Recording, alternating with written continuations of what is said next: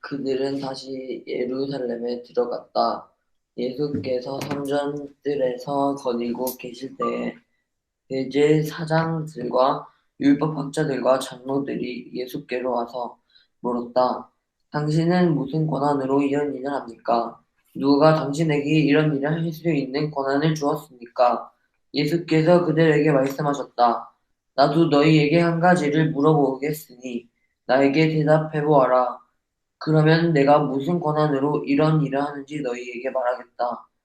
요한의 세례가 하늘에서 온 것이냐, 사람에게서 온 것이냐? 내게 대답해 보아라. 그들은 자기들끼리 의논하며 말하였다. 하늘에서 왔다고 말하면 어찌하여 그를 믿지 않았느냐고 할 것이다. 그렇다고 해서 사람에게서 왔다고 대답할 수도 없지 않은가? 그들은 무리를 무서워하고 있었다. 우리가 모두 요한을 참 예언자로 알고 있었기 때문이다. 그래서 그들이 예수께 대답하였다. 모르겠습니다. 예수께서 그들에게 말씀하셨다. 나도 내가 무슨 권한으로 이런 일을 하는지를 너희에게 말하지 않겠다. 아멘. 감사합니다. 너희도 내게 대답하라는 제목으로 제가 묵상한 말씀을 나누도록 하겠습니다. 예수님께서 예루살렘에 들어오신 후에 주로 활동하신 장소는 성전이죠. 첫날도 예루살렘에 입성을 하시고 난 다음 성전을 둘러보고 나가셨고, 이튿날도 성전에 오셔서 성전에서 물건 팔고 물건을 옮기고 있는 사람들의 모든 행위를 금하시면서 성전의 사실상 기능을 중지시키신 일을 하셨습니다. 그리고 또 오셨습니다. 그 성전의 일을 중지시키시면서 주님께서 뭐라고 말씀하셨습니다. 뭐라고 말씀하셨나요? 내 집은 만민이 기도하는 집이라고 하지 않았느냐? 너희가 강도의 소굴을 만들었다. 라고 주님께서 강하게 질책하셨죠. 그리고 그 다음 날도 오늘 말씀을 보면 성전 뜰을 거닐고 계신 거예요. 개역 성경에는 성전에서 거니실 때에 이렇게 되어 있습니다. 성전에서 거니실 만한 공간은 성전의 뜰이죠.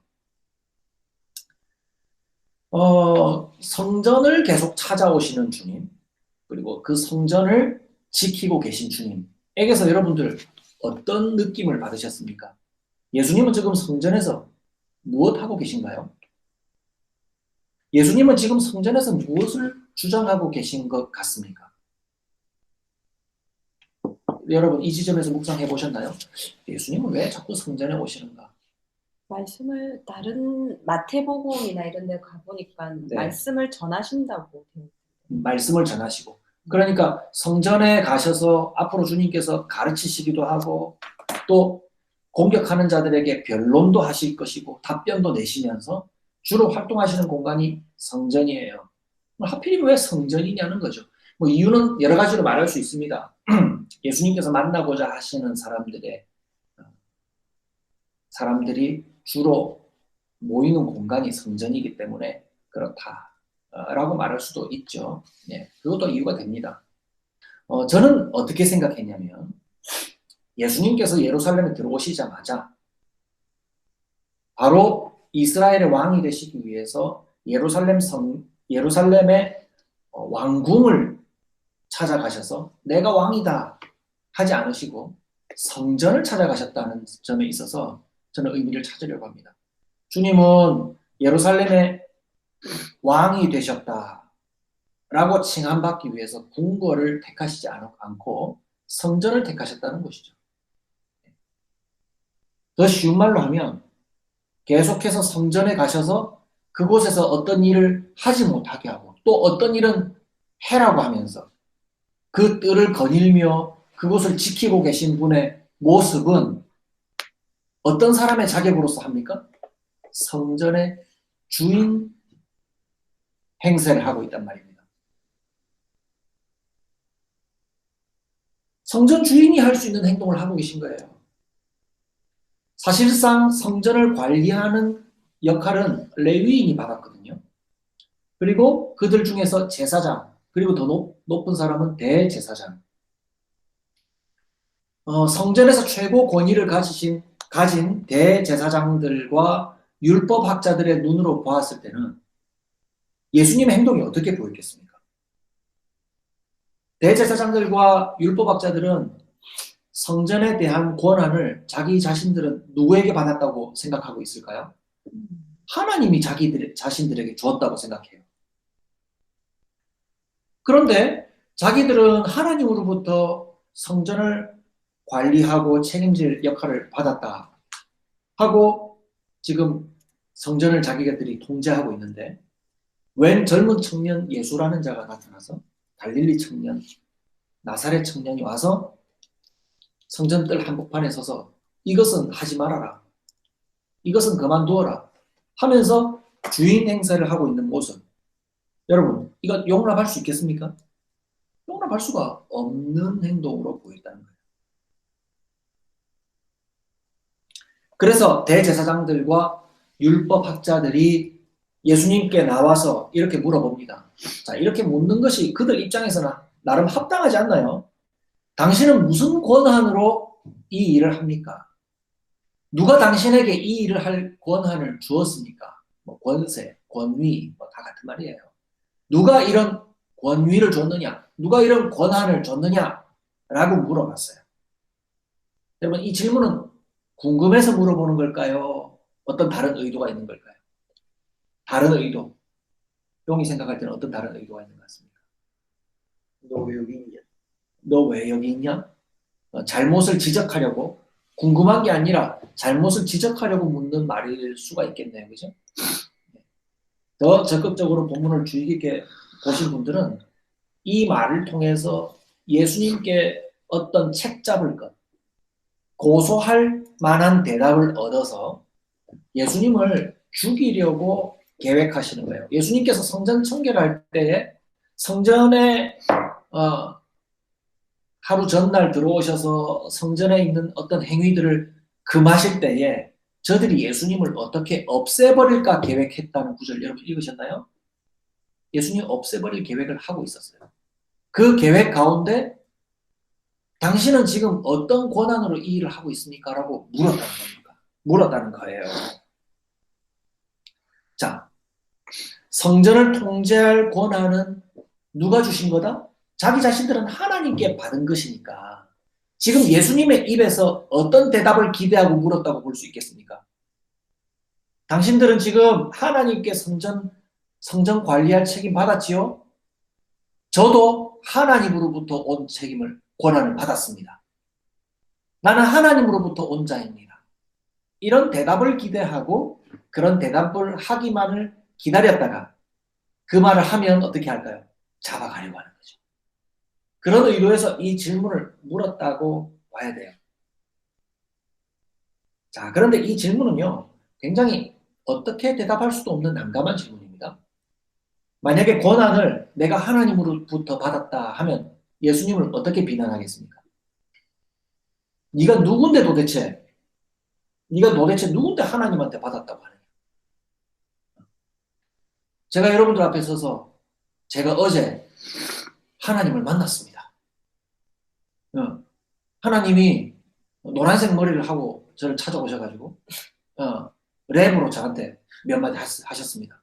이런 얘기하면 그 얘기를 듣는 사람이 뭐라고 하겠습니까? 무슨 웃기는 소리 하지 마 하고 있네. 네가 뭔데 하나님을 만났다고 하느냐? 라고 얘기하는 거예요. 여러분 누가 자기가 하나님 만났다고 얘기하면 일체 믿지를 마십시오.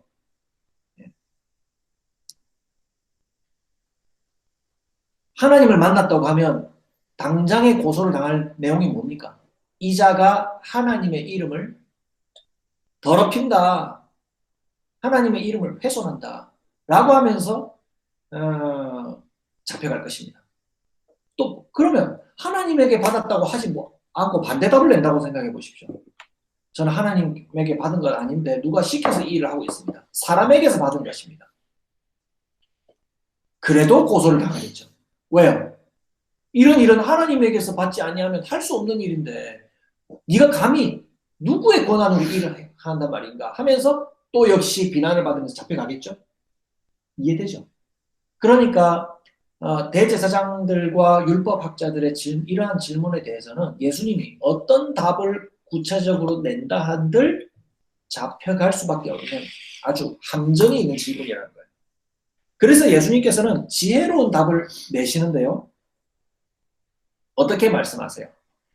하나님으로부터 받은 권한으로 한다라는 말씀을 직접적으로 하지 않으시면서 내가 받은 권한이 어디로부터 온 것인지를 밝히셔요.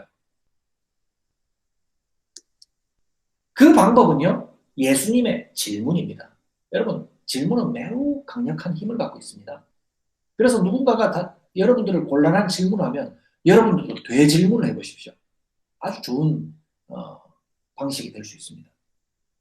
예수님이 뭐라고 얘기하냐면, 그러면 나도 너희에게 한 가지를 물어볼 테니 그 질문에 대한 답을 한다면 나도 무슨 권한으로 이 일을 하는지 답해주겠다 라고 얘기하셔요. 그러면서 하신 질문이 뭐예요? 요한의 세례가 하늘로부터 온 것이냐 사람으로부터 온 것이냐 라고 물으셔요. 예수님이 요한의 세례를 언급하신 이유가요 있습니다. 그냥 갑자기 뜬금없이 요한의 세례를 가져온 것이 아니라, 요한의 세례를 언급하면 누구를 떠올릴 수 있습니까? 요한에게서 세례를 받은 많은 무리들, 회개하는 세례를 받은 많은 무리들도 떠올릴 수 있지만, 또한 요한의 세례를 또 누가 받았습니까? 누구요? 예수님이 받으셨잖아요. 요한의 세례를 예수님이 받으셨다는 것을 우리가 알고 있습니다. 그래서 요한의 세례가 어디로부터 온 것이냐라고 물으면, 요한의 세례를 회개하는 마음으로 받았던 많은 무리들, 요한을 참 선지자로 여기는 많은 무리들을 떠올릴 수 있음과 동시에 요한의 세례를 겸손히 받으셨던 예수님을 떠올릴 수 있고, 여러분, 예수님께서 요한의 세례를 받으실 때 어떤 인정을 받았던가 마가복음 1장에 여러분 기억하시죠? 하늘에서 소리가 나서 하나님께서 뭐라 인정하셨어요? 이는 내 사랑하는 아들이다 라고 말씀하셨다는 거죠. 그러니까 요한의 세례를 받으실 때에 하늘로부터 음성이 나서 이는 내 사랑하는 아들이다 하는 인정을 하나님으로부터 받았다라는 것을 떠올릴 수밖에 없는 겁니다. 그러면 예수님께서 지금 성전들을 거니시면서 성전을 통제한 권한을 누구에게서 받았다는 것을 암시합니까? 하나님으로부터 받았다. 하늘로부터 받았다는 것을 암시하는 답을 하셔요. 그리고 동시에 요한의 세례를 언급하여서 매우 성전 지도자들은 답변하기가 난처해졌어요. 성경에서 밝히고 있죠. 만약에 요한의 세례가 하늘로부터 온 것입니다 라고 얘기한다면 그것은 요한의 세례를 인정하는 것이 되기 때문에, 왜 요한의 세례가 하늘로부터 왔다는 것을 알면서 왜 세례 요한의 편을 들어주지 못합니까? 당신들은 왜 세례 요한이 베푸는 회개의 세례를 받지 않았습니까? 아니면 왜 요한이 헤롯에게 잡혀서 죽임을 당할 때에 당신들은 왜 편에 서지 못했습니까? 요한을 왜 보호해주지 못했습니까? 하는 무리의 질문에 답하지 못하게 된다는 거죠. 그래서 요한을 언급하는 것 자체를 대제사장들과 율법학자들은 몹시 꺼렸습니다. 난처한 사람이었죠.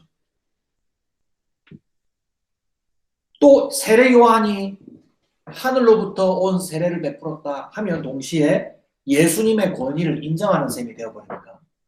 그죠? 그런 답을 할 수 없는 거예요. 반대로 하늘로부터 온 건 아니다, 사람으로부터 온 것이다 라는 답을 낸다면 어떤 어려움에 처하게 되냐면, 요한을 참 예언자로 따르고 있는 무리들이 있었다고 했죠? 성경이 기록하고 있습니다. 요한을 참 예언자로 받아들이고 있는 무리들에게서 지지를 받지 못하니까, 그들의 버림을 당하니까, 비난을 받게 되니까 그것이 두려워서 어느 답을 내기도 두려워했다고 성경은 기록합니다. 그래서 이들은 어떤 답을 냅니까? 모르겠다. 모르겠습니다. 그야말로 그 대답이야말로 그들이 낼 수 있는 유일한 답이라고 볼 수 있습니다.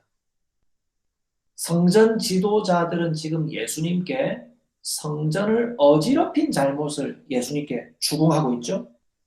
그러면서 겉으로 물어보는 질문의 내용은 당신이 무슨 권한을 가지고 이 일을 하느냐라고 묻고 있지만 사실은요, 여러분 잘 들으십시오.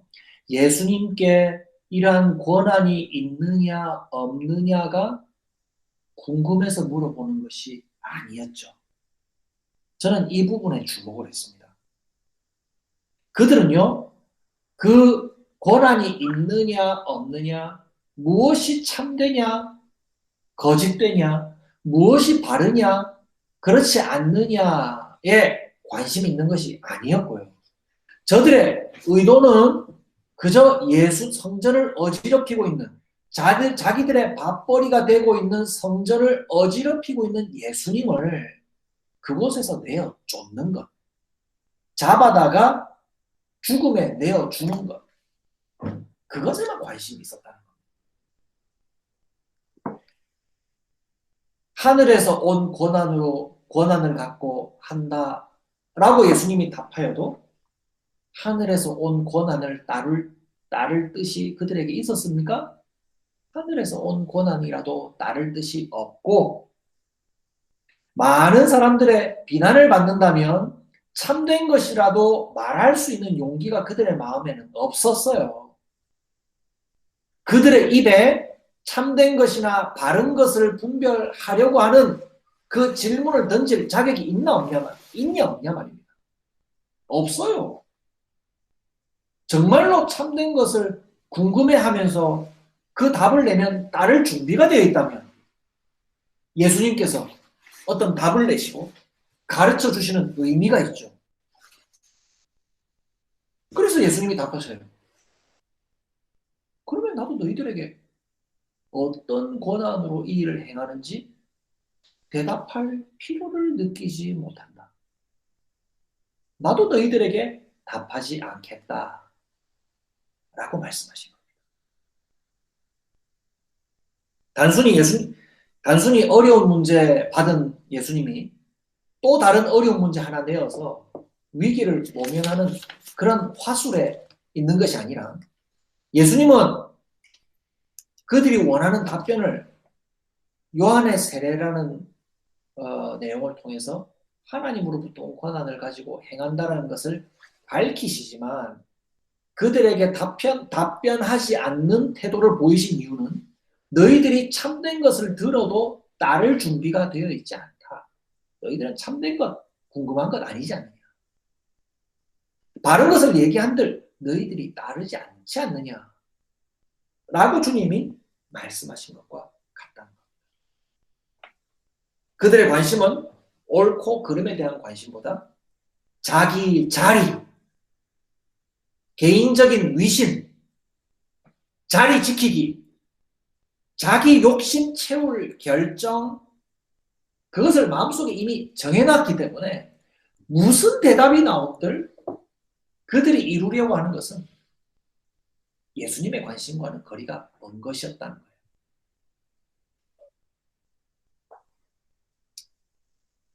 거예요. 제가 이 말씀 묵상을 하면서 여러 종교 지도자들의 모습이 떠올랐어요. 저를 포함한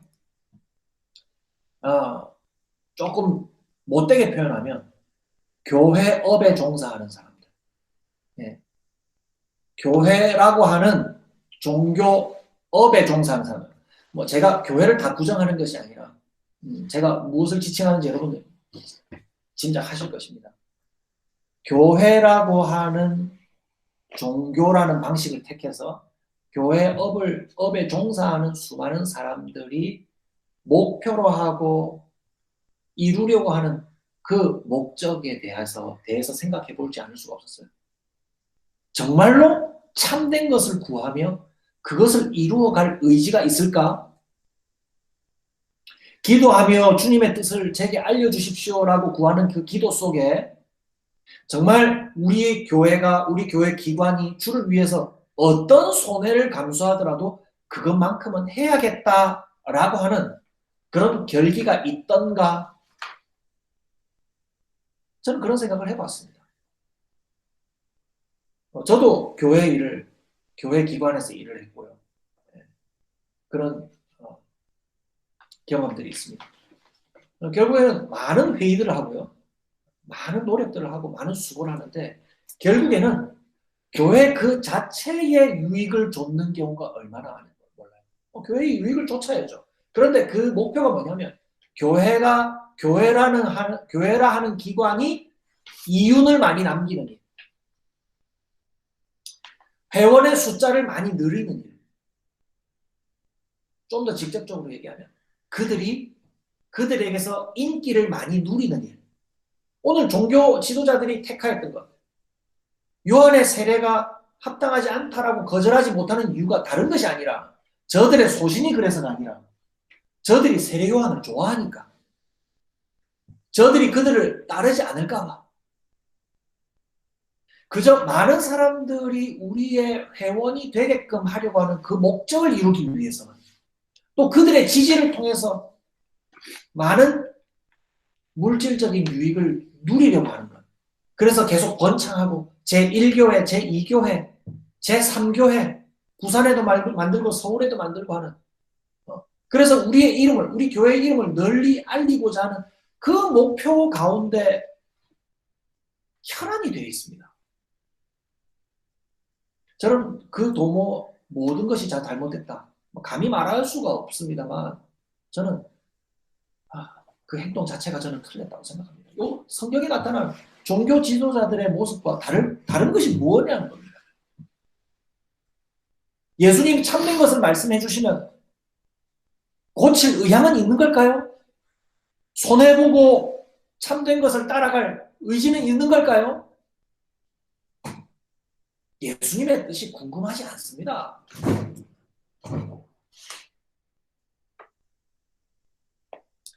여러분, 당시 대제사장, 율법학자, 성전 지도자들이 대단히 악한 사람이라서, 괜찮아, 대단히 악한 사람이라서 이런 판단과 행동을 한 것일까요?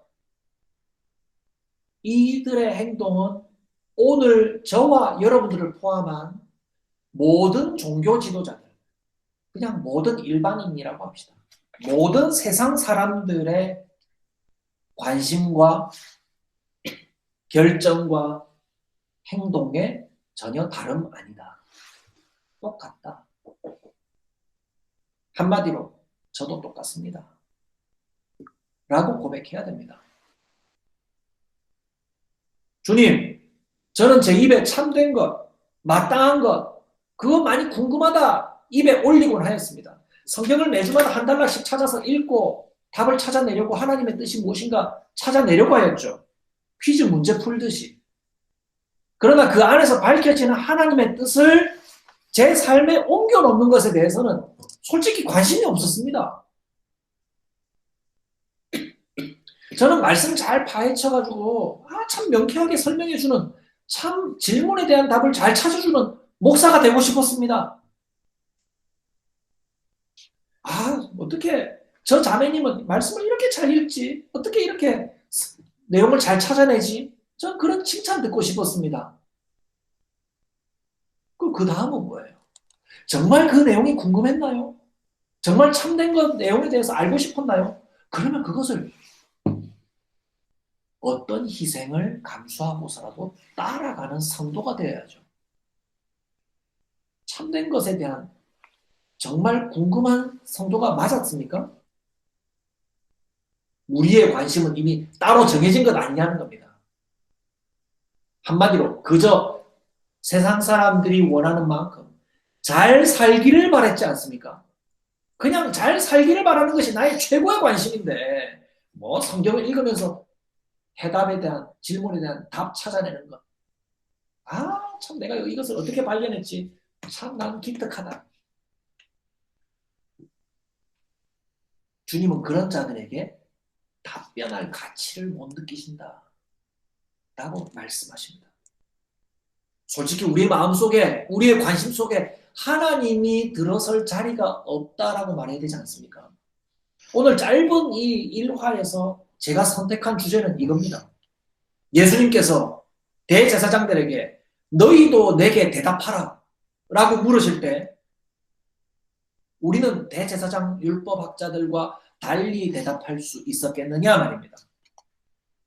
이들이 우물쭈물하면서 이편 저편으로 어느 쪽이 저들에게 유리할까를 궁리하다가 잘 모르겠습니다 해버린 것처럼 우리의 입장도, 우리도 예수님을 따라간다고 하는 우리의 입장도 그만큼 어중간하지 않냐는 거예요.